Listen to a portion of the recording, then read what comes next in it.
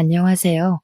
저는 공대를 졸업하고 지금은 둘째를 임신해서 태교에 집중하고 있는 40대 여자입니다. 제가 들려드릴 이야기는 저에게 불과 몇 년 안 되어 일어난 일들이며 사건의 일부는 현재 진행 중입니다. 그래서 더욱 사연을 올리기가 두렵기도 하고 주변에서 알아볼까봐 자세하게 쓰기 어려운 점 이해 부탁드려요. 하지만 그냥 조용히 넘어가기엔 제 속이 문드러질 것 같고 혹여라도 이 사연을 보시고 마음에 짐이 있으신 분들은 시원하게 해결하시라고 용기 내봅니다. 지금부터 제 기가 막힌 이야기를 시작해 보겠습니다. 처음에 말씀드렸다시피 저는 공대를 졸업했습니다. 공대 특성상 남자 비율이 훨씬 높아서 저는 대학 다닐 때 참 인기가 많았었어요.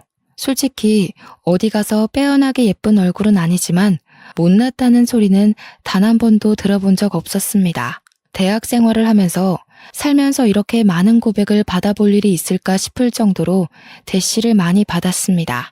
하지만 그 당시에 저는 연애에는 딱히 관심이 없었고 통금까지 있었을 정도로 아버지께서 엄하셨기 때문에 엄두도 내지 않았죠. 보통은 제가 한두 번 거절하면 다들 물러서곤 했는데 딱 한 선배만큼은 제가 귀찮을 정도로 저한테 들어붙었습니다. 그 선배의 이름은 김주은이었어요. 솔직히 성격이 별로 좋아 보이진 않아서 친하게 지내거나 그런 일은 없었던 선배였습니다. 생긴 건 그래도 잘생긴 편에 속하긴 하는데 은근히 느껴지는 약간 날라리의 기운이 있었다고 하시면 이해하기 쉬우실까요? 굳이 성격 이야기를 한 건 툭하면 후배들 불러다가 인사 안 한다고 기합 같은 걸 주기도 하고 억지로 동기들에게 술을 먹이기도 하고 그랬어요. 그래서 참 사람이 덜 됐구나 하고 생각했었는데 싸움도 꽤 잘하는지 다른 선배들도 주은 선배한테는 함부로 못하더라고요. 저는 성인이 되어서까지 힘자랑을 하는 그 사람이 그렇게 좋아 보이지 않았습니다. 당연히 고백도 거절했고요. 하지만 그럴수록 저한테 더 다가오려고 하더라고요. 공강인데도 굳이 저를 보려고 학교에 찾아와서 학식을 같이 먹자고 한다거나 아니면 저는 카페인을 마시면 밤에 잠을 못 자서 코코아도 입에 안 대는 사람인데 아메리카노를 불쑥 내민다거나 정말 제가 기함을 토했던 것은 제가 집에 갈 때 몰래 쫓아와서 저희 집 앞에서 서성이고 있는 걸 저희 아버지께서 보시고는 강도인 줄 알고 경찰에 신고를 했던 사건 때문이었어요. 경찰서에 가서 저한테 강도 아니라고 학교 선배라고 설명해달라고 빌고 저희 아버지는 학교 선배가 왜 집 앞에서 서성이냐고 스토커 아니냐고 소리 지르고 한동안 과에 소문이라도 날까 쪽팔렸는지 수업도 안 나오더라고요. 저는 결국 주은 선배에게 딱 잘라서 너무나도 불편하다고 이야기했고 저의 정색이 조금 멋쩍었는지 주은 선배도 제게 사과했고요.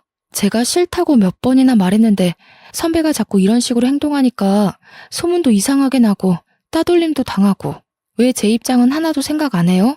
선배가 그런 식으로 행동하니까 제가 더 선배를 싫어하는 거예요. 제가 죽었다 깨어나도 선배 같은 사람이랑은 사귈 생각 없고요.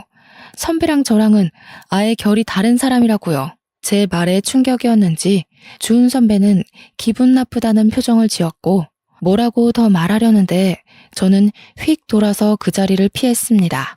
그 뒤로 정말 마주칠 일 없게 수업을 잘 들었고 1학년을 마치고 종강 파티를 하게 되었어요. 솔직히 그 자리에 별로 가고 싶진 않았지만 선배들도 모두 빠지지 말고 참석하라고 몇 번이나 주의를 줬기에 어쩔 수 없이 갔습니다. 저는 평소에 술을 잘 먹지 않는 사람이에요.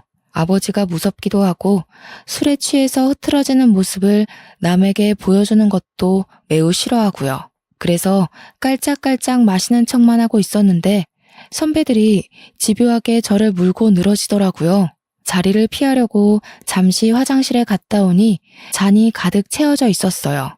그러더니 주은 선배와 그 옆에 있던 무리들이 저한테 원샷을 하라고 강요하더라고요. 평소 같으면 주은 선배가 제 편을 들어줬던지라 마시지 않아도 되었지만 선배까지 합세해서 마시라고 다들 저만 바라보고 있으니 안 마실 수가 없었어요. 결국 벌컥벌컥 원샷을 했고 제가 그렇게 주량이 약한 사람도 아니고 평범하게 소주 반 병까지는 마실 수 있는데도 맥주 한 잔에 넉다운이 되어버렸습니다. 기억이 하나도 없어요. 정말 드문드문 나는 기억도 하나 없이 그대로 필름이 끊겼고 눈을 떠보니 처음 보는 이상한 무늬의 천장이 보였습니다. 속이 울렁울렁하고 토할 것 같아서 화장실에 가려고 이불을 걷었는데 적나라한 제 몸이 그대로 보였습니다. 거기다가 이불 너머로 보이는 남자의 팔에 저를 소리를 꽥 지르고 말았죠. 주은 선배였어요. 제가 꽥 지른 소리에 잠이 깼는지 저한테 벌레라도 봤냐고 하더라고요. 선배, 이게 어떻게 된 거예요? 왜 선배랑 제가 어딘지 모르는 방 안에 있어요? 여기 어디예요? 어디긴 어디야, 모텔이지. 어제 술 먹고 집에 못 가겠다고 나한테 여기 들어와서 쉬자며. 제가 그랬다고요? 기억이 하나도 안 나요. 선배가 절 어떻게 한 거 아니에요? 나를 왜 그런 이상한 범죄자로 몰아? 너 이러려고 나보고 모텔 가자고 한 거야? 와, 너 무섭네. 이런 식으로 한 건 했다 이거야 지금? 그게 다 무슨 소리예요? 네가 지금 나한테 덤터기 씌우잖아. 나는 네가 오자고 끌고 와서 온 거야. 마치 제가 선배를 끌고 왔다는 듯이 말하면서 기억이 안 난다는 저에게 발뺌하는 거냐고. 이런 식으로 합의금이라도 받으려고 하냐면서 소리를 고래고래 지르더라고요. 저는 정말 억울해 미칠 것 같았습니다. 어제 내가 고백했더니 좋다며, 사귀자며. 술 취해서 그런 거니? 술 깼더니 다 모르고 싶어서 지금 날 범죄자 취급하는 거야? 합의해야 한 거야. 저는 휴대폰을 챙겨서 제대로 씻지도 않고 바로 모텔을 뛰쳐나왔어요. 경찰서 앞에서 서성이다가 용기를 내서 들어갔고요. 경찰관에게 아무래도 밤새 안 좋은 일을 당한 것 같으니 검사를 받고 싶다고 했고 산부인과에 가서 진단서를 끊어오라고 하더라고요. 밤새 집에도 들어오지 않고 연락도 되지 않는 딸을 찾는 아버지께서 계속해서 전화를 걸어왔지만 그게 문제가 아니었기 때문에 병원으로 갔습니다. 하지만 아주 청청병력 같은 소리를 들었어요. 제가 반항을 한 흔적이 어디에도 남아있지 않다는 거예요. 동행한 여성 경찰관님께서 증거 없이 기억도 없이 신고를 하게 되면 무고죄가 성립될 수 있으니 다시 한번 생각해 보라고 했습니다. 저는 망연자실한 상태로 집으로 돌아왔고 아주 호되게 혼이 났습니다.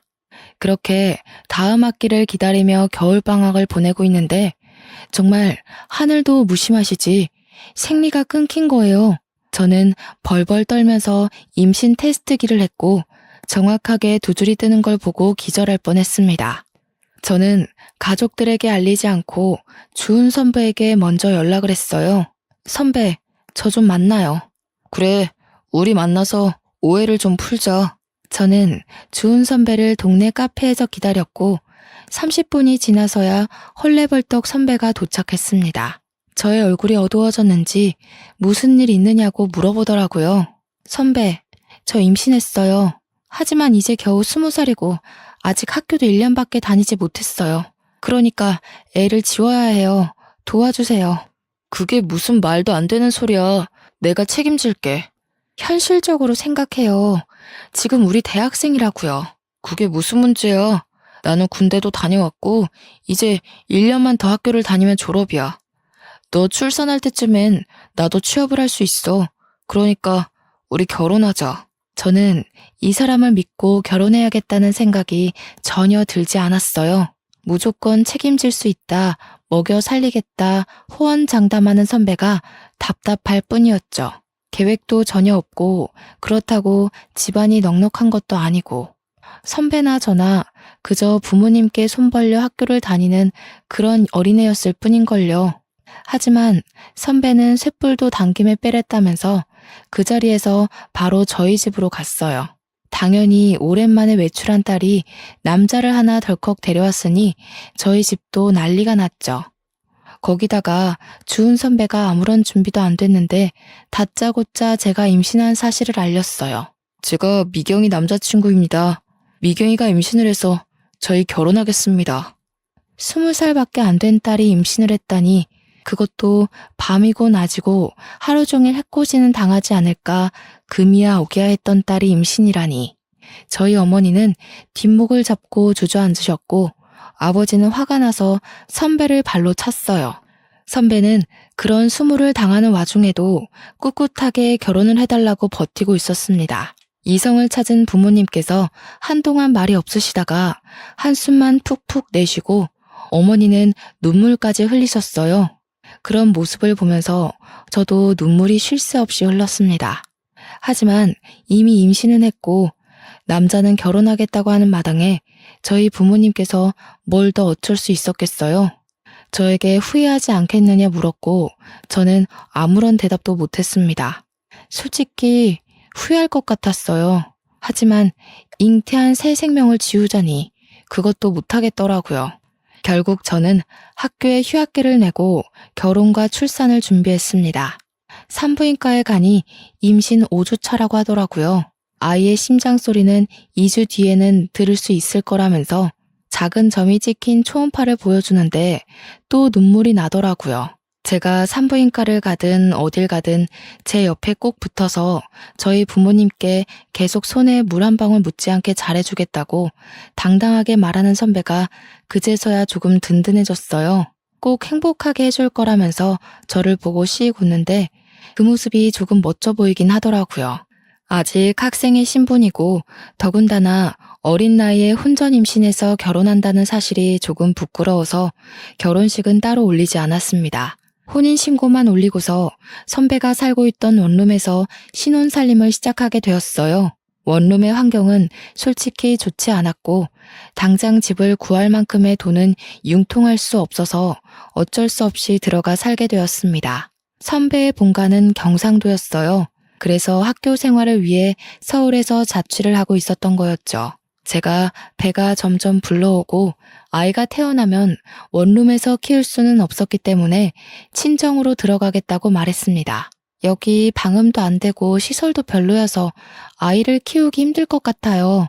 그러니까 친정집에 들어가서 출산 준비를 하면 좋을 것 같아요. 그게 무슨 소리야? 너 내가 3대 독자인 건 알고 있지? 친정 들어가서 출산 준비한다고 하면 우리 엄마 뒤로 넘어간다. 그러지 말고 나는 여기서 졸업할 때까지만 공부 마치고 돌아갈 테니까 너는 우리 본가에 가 있어. 친정이 코앞인데 굳이 경상도에 있는 시댁에 들어가라고요? 너는 이제 출가 외인이잖아. 거기다가 3대 독자의 씨를 품었는데 당연한 거 아니야? 그리고 나 학교 졸업하면 어차피 우리 고향 쪽으로 취직하려고 했어. 내가 우리 부모님 안 모시고 살면 누가 모셔? 그리고 우리 엄마가 시집살이 시킬 사람도 아니니까 편하게 내 집이다 생각하고 가 있어. 저는 정말 내키지 않았지만 이미 시댁과도 말이 다 끝난 상태였는지 시어머니께서 제게 연락이 왔어요. 아가 언제 오니? 미리 집도 다 정리해 두었단다. 짐부터 먼저 내려보내든가 어른들 너무 오래 기다리게 하는 거 아니다.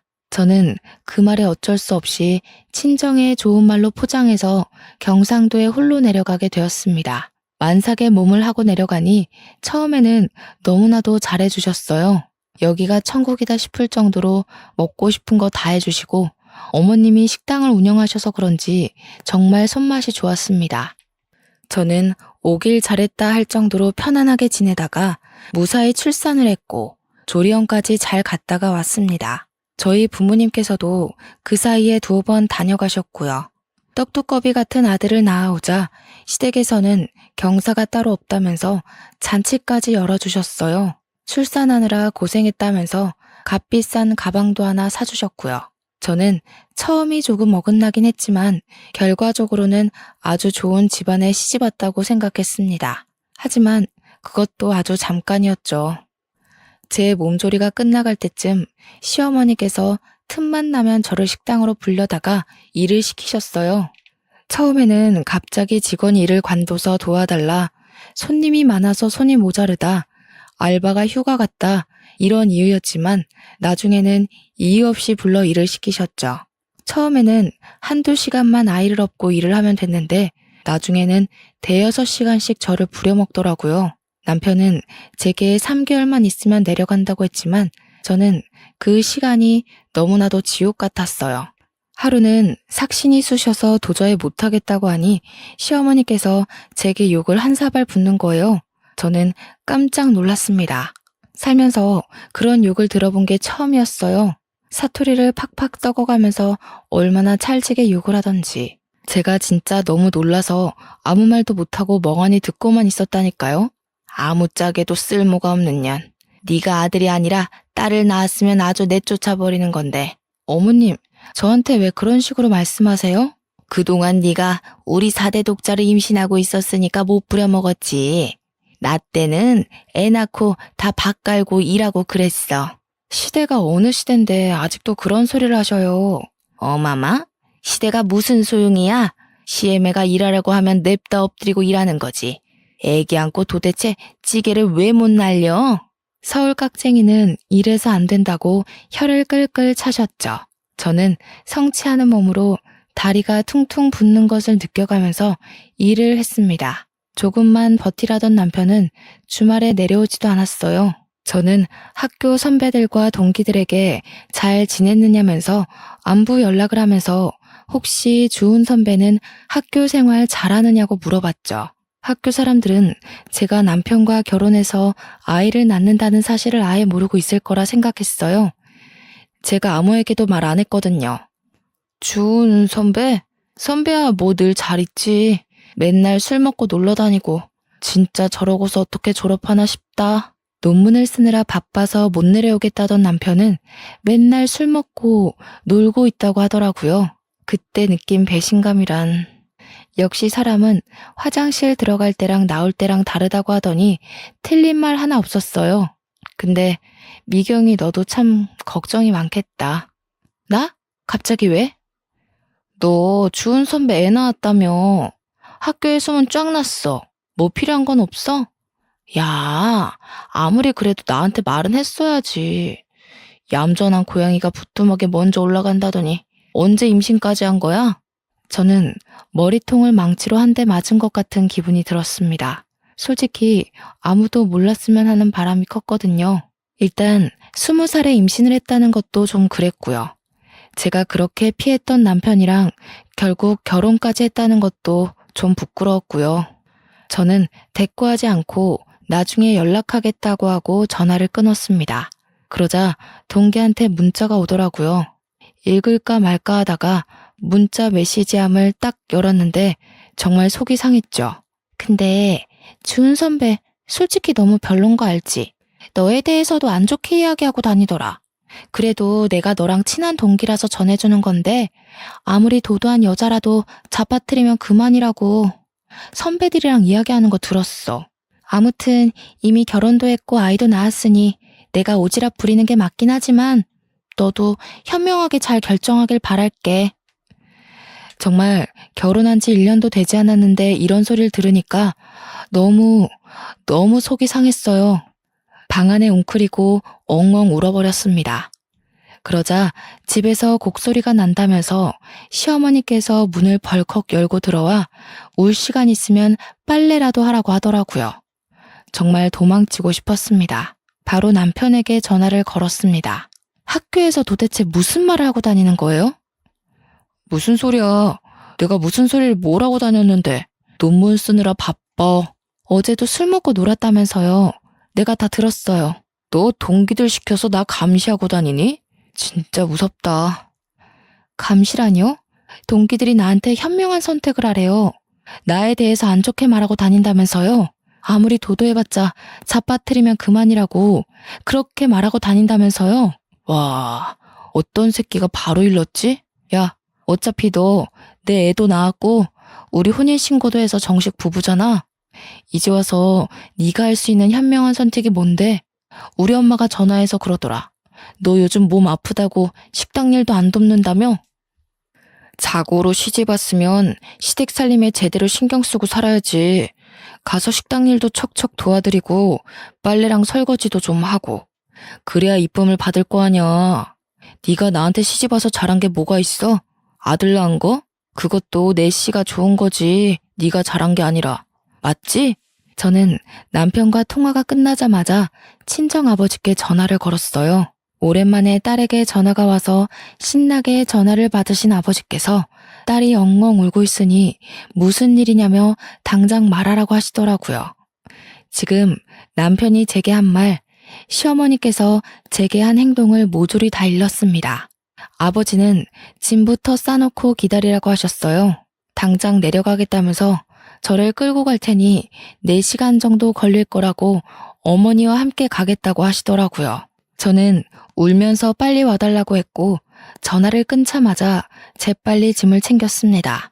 아이가 먹을 분유와 우유병, 기저귀도 넉넉하게 챙기고 방 안에서 꼼짝 않고 아버지를 기다렸어요. 4시간하고도 30분이 더 지나자 밖이 소란스러웠고 저희 부모님께서 도착하셨다는 걸 알게 되었습니다. 저는 황급히 뛰쳐나가 아이부터 어머니께 안겨드렸어요. 시어머니는 이게 다 무슨 일이냐면서 어이없어 하셨고요.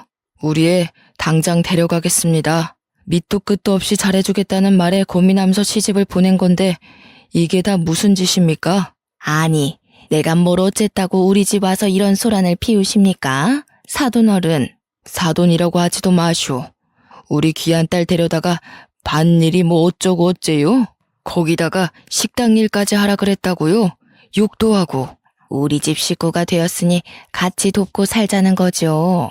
그리고 아이는 왜 데려가려고 그래? 우리 집 4대 독자야. 절대 못 줘. 애가 물건입니까? 주고 말고 하게. 애는 엄마랑 있어야죠. 아버지는 시어머니의 팔을 확 뿌리치고는 가방을 챙겨서 저와 아이를 차에 태우셨습니다. 시어머니는 당연히 난리가 났죠. 당장 내 손주 내놔라 하면서 소리를 쳤지만 아버지는 차 문을 잠가버리시고는 집으로 출발하셨습니다. 저는 아버지 차 안에서 정말 꿀잠을 잤어요. 그렇게 맘 편히 잔 것도 참 오랜만이었습니다. 집에 도착해서 엄마가 차려주는 밥상을 보니 정말 제가 불효를 저질렀다는 걸 알게 되었죠. 눈물이 자꾸만 나와서 밥을 못 씹겠더라고요. 그런 저를 보면서 아버지도 눈물을 슬쩍 훔치셨고요. 아이를 봐줄 테니 들어가서 푹 쉬라는 말에 정말 오랜만에 울고불고 보채는 아가를 어머니께 맡기고 방으로 들어와 단잠에 빠졌습니다. 그간 몇 시간 못 자고 일하고 애보고 정말 힘들었는데 내 집에서 푹 자도 된다는 생각을 하니 깊게 아주 오래 잠이 들었어요. 뭔가 쿵쾅거리는 소리에 눈을 떠서 휴대폰을 보니 다음날 오전 11시더라고요. 정말 14시간 정도를 깨지 않고 푹 잔 거예요. 그래서인지 몸도 상쾌하고 좋았습니다. 휴대폰에 찍힌 남편의 부재중 통화 40통을 보기 전까지요. 소란스러움에 후다닥 거실에 나가보니 시어머니께서 짐을 바리바리 싸들고 거실에 앉아 계셨어요. 아버지와 어머니는 화가 잔뜩 나 있었고요. 저를 보자마자 시어머니께서 아주 불쾌하다는 듯 말씀하셨습니다. 우리 집 4대 독자를 데려가고도 무사할 것 같니? 나도 여기서 좀 지내겠다. 식당도 문 닫고 왔으니 아주 시간 많아. 당장 내 손주 안 내놓을 거면 나도 너네 친정에서 너희 엄마 밥 먹으면서 편하게 좀 쉬자. 이게 무슨 몰상식한 짓이에요? 내가 가방끈이 좀 짧아요. 배운 게 없어. 어릴 때부터 식당 일 하느라 못 배웠거든. 그러니까 내 손주 내놓으시던가 아니면 나도 여기서 살 거니까 그런 줄 아쇼. 저는 정말 애를 줘버리고 싶었지만 저 똘망똘망한 눈으로 우리 어머니의 품속에 폭 안긴 아가를 보면 차마 그럴 수 없었습니다. 저는 어쩔 수 없이 남편에게 전화를 걸었어요. 남편도 이 사정을 모두 알고 있는지 전화를 받자마자 저한테 쏘아대더라고요. 그러게 왜 생각 없이 짐을 싸서 그렇게 나가고 그래? 어? 내가 오죽 힘들었으면 그랬겠어요? 나한테 손에 물 한 방울 안 묻히게 해준다면서요. 그땐 그때고 지금은 지금이지. 됐고 이렇게 된 거 우리 엄마 따끈한 밥상이나 잘 챙겨드려. 놓친네 경상도에서 버스 타고 올라오느라 아주 힘드셨을 텐데. 몸도 좀 주물러 드리고. 아버지는 제 전화를 뺏어서 남편에게 당장 친정으로 오라고, 오지 않으면 아주 큰일 나게 될 거라고 했습니다. 남편은 아버지껜 깨갱하고 알겠습니다. 대꾸하고 바로 전화를 끊더라고요. 그리고 정말 30분 만에 쏜살같이 친정집에 왔어요. 당장 사돈 어른 모셔다 드리고 와. 그리고 나서 이야기하자. 어머, 제가 왜요? 며느리 고집 제대로 꺾어야지 아니면 못 갑니다. 어디 우리 손이 귀한 집안에 시집와서 아들을 낳아놓고 도망을 갑니까? 우리 손주는 절대 못 줍니다. 저 기집애가 고집 꺾을 때까지 내가 여기 단단히 버티고 있을 거예요. 누구 보고 기집애라고 하시는 거예요? 미경아, 그동안 이런 취급 받으면서 살았던 거니? 이런 취급은 아니었고요. 미경이가 계속 고집 부리니까 저희 어머니도 어쩔 수 없는 거죠. 다들 화내지 마시고 미경이도 친정에서 몸 좀 편하게 있고 저희 어머니도 여기서 손주 보면서 식당 일도 좀 쉬시고 하면 좋죠. 장모님께서 저희 엄마 몸보신 좀 해주세요. 맛있는 거 좀 대접해 주시고. 남편의 말에 화가 나신 아버지는 남편의 뺨을 치셨고 시어머니는 그 모습을 보고 제 머리채를 잡고 난리를 치셨습니다. 제 머리채가 잡히자 저희 어머니는 시어머니의 머리채를 잡았고요. 남편은 뜯어 말린답시고 낑겨서 낑낑거렸고요. 저희 아버지는 그대로 경찰을 불렀습니다. 경찰이 오고 온 가족이 만신창인 채로 조서를 썼고요. 저희 아버지는 당장 이혼하라고 엄포를 놓았습니다. 물론 저도 이혼하고 싶은 생각이 굳건했고 시어머니만큼은 죽어도 안 된다 하셨지만 아버지께서 안 되면 소송이라도 불사하겠다 하셨죠. 경찰서까지 온 마당에 뭐가 더 두렵겠습니까? 하지만 먼저 손을 올린 게 저희 아버지였기 때문에 시댁에서는 그걸 빌미로 아이의 양육권을 달라고 요구했습니다. 결국 합의 이혼으로 끝나지 않아서 소송을 걸게 되었고요. 아버지의 사건과는 별개로 이혼 소송이 진행되었고 당연히 친권, 양육권 모두 아이가 어려 저에게 오게 되었습니다. 저는 그렇게 지긋지긋한 2년을 보내고 화려한 돌싱이 되었습니다. 고작 2년밖에 지나지 않았다는 게 2년 동안 일어난 일이라는 게 놀라웠죠. 저는 당당하게 학교에 복학 신청을 냈습니다. 어차피 다 알려졌다고 해도 저만 당당하면 되는 거 아니겠어요? 이혼 소송에서도 승소했고요. 저는 지은 죄가 없기 때문에 더 당당할 수 있었어요. 저를 알아보는 동기와 선배들도 있었지만 오히려 제가 떳떳하게 나가니 제게 전 남편에 대한 이야기를 묻지 않더라고요. 저는 그렇게 23살 나이로 2학년으로 복학했고 무사히 26살에 졸업까지 하게 되었습니다. 제가 졸업할 즈음 담당 교수님께서 대학원으로 진학할 것을 권유해 주셨고 저는 가족들과 상의 끝에 대학원을 가기로 했습니다. 때마침 어린이집에 자리가 나서 아이를 어린이집에 맡길 수 있었거든요. 대학원에 가니 저와 엄청 친했던 건 아니지만 그래도 안면이 있던 선배가 연구실에 있더라고요. 그 선배 덕에 저는 연구실에 적응을 잘할 수 있게 되었고 팀의 주축인 선배를 따라서 논문 주제도 정할 수 있었고요. 그렇게 1년, 2년 시간이 지나고 선배가 논문을 완성하면 이제 연구실도 떠나게 되어 다 같이 송별회라도 해야 하는 것 아니냐고 이야기를 나누고 있는데 선배가 대뜸 저에게 그러지 말고 연애를 하자고 하더라고요. 저는 그래 어차피 연애뿐인데 뭐 어떤가 싶어서 선배와 사귀기로 했어요. 사귀는 동안 참 선배가 괜찮은 사람이라는 걸 느꼈습니다. 아이 때문에 급하게 제가 약속을 깨버리는 날에도 화를 낸 적 없고 아이가 아파 응급실에 가야 할 때도 발벗고 나서주곤 했어요. 아이에게 아빠가 필요한 순간에 선배가 그 자리를 채워주었습니다. 그렇게 연애를 계속 해오면서 저도 모르게 선배에게 참 많이 의지했던 것 같아요. 헤어지는 게 무섭고 두려워지더라고요. 그러던 어느 날 선배의 연구 결과를 인정받아 대기업에 취업이 확정되고 선배네 부모님께서 대뜸 저를 보고 싶다고 했다고 하시더라고요. 연애만 하자더니 나이도 이제 30 중반을 넘겼으니까 집에서 궁금하신가 봐. 저 또한 30을 넘긴 나이였고 저희 집에서도 은근히 남자 없느냐고 물어보던 와중이라 믿져야 본전이다 싶어서 만나보겠다고 했습니다. 솔직히 긴장 안 했다면 거짓말이죠.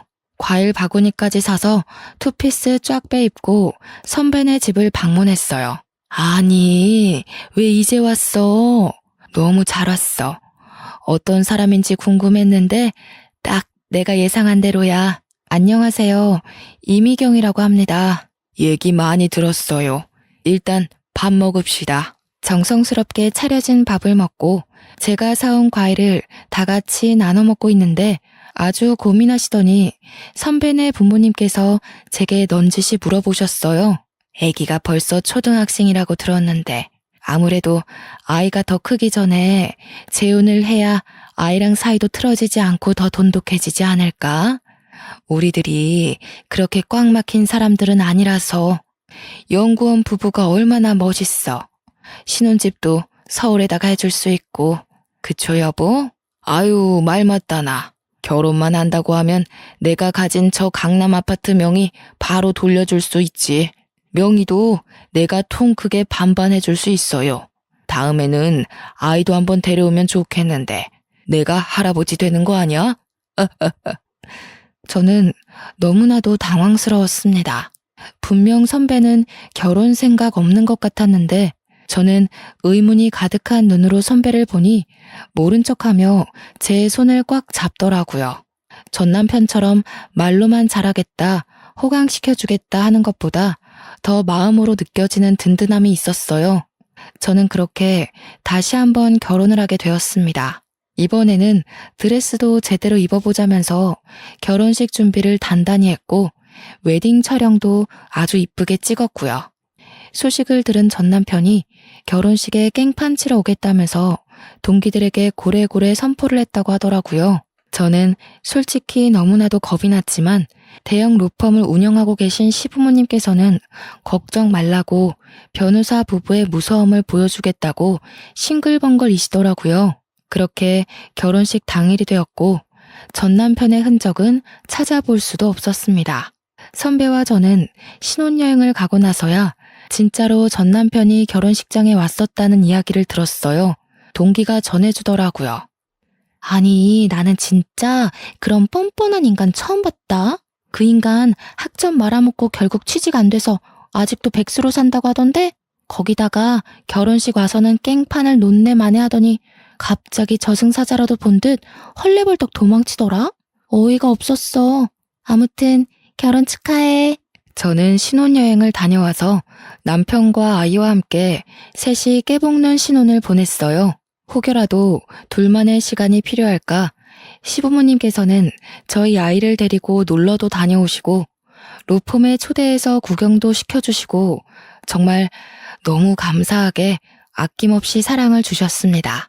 하루는 급하게 시아버지께서 서류가 필요하다고 로펌에 좀 가져다 달라고 하셨어요. 너무 미안해하면서 말씀하시길래 괜찮다고 서류를 확인하고 바로 로펌으로 달려갔습니다.